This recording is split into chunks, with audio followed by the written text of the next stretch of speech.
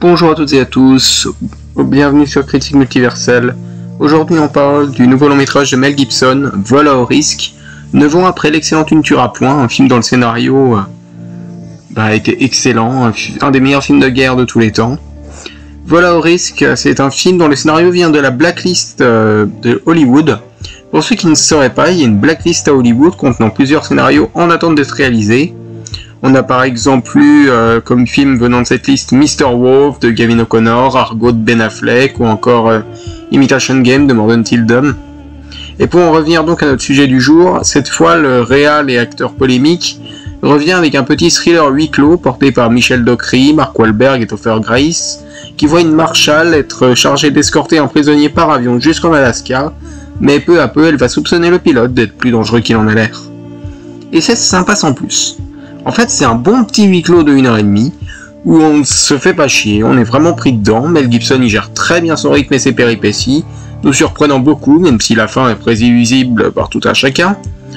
Les persos sont pas les plus creusés du monde, même si Dockery et Wahlberg sont mes préférés, ce dernier jouant vraiment bien ce véritable psychopathe qui peut sauter à la gorge à tout moment, et Dockery est attachante, voire même un petit peu badass. Le troisième perso peut susciter l'empathie du spectateur, mais il a une personnalité peu marquée, ce qui fait qu'il est un peu moins marquant que les deux autres.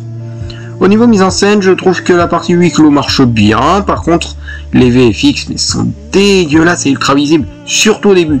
Ça m'a sauté aux yeux direct, waouh!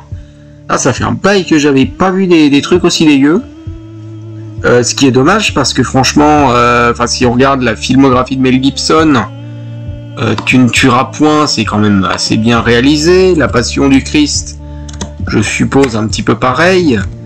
Enfin, c'est bizarre. Puis même la sortie de ce film, ce film il sort totalement sur la pointe des pieds. C'est assez particulier, je trouve. C'est que mon avis. Donc voilà, c'est à peu près tout ce que j'avais à dire. C'est vraiment dommage d'avoir un petit film comme ça de la part d'un aussi bon réal. Mais bon, Vol à haut risque, c'est sympa sans plus, à découvrir si le film vous intrigue, sinon passez votre chemin. C'est la fin de cette critique, merci de votre écoute et on se retrouve très bientôt pour de nouvelles vidéos sur Critique Multiverselle.